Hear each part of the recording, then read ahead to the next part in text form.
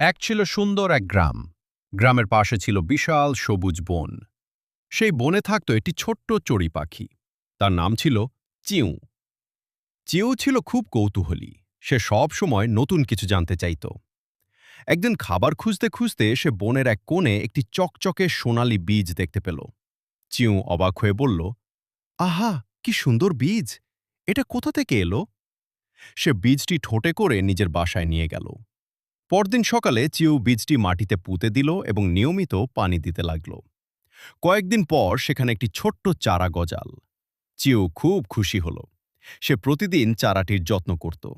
অন্য পাখিরা তাকে বলতো, এত কষ্ট করে লাভ কি? কিন্তু চিউ হাল ছাড়ত না।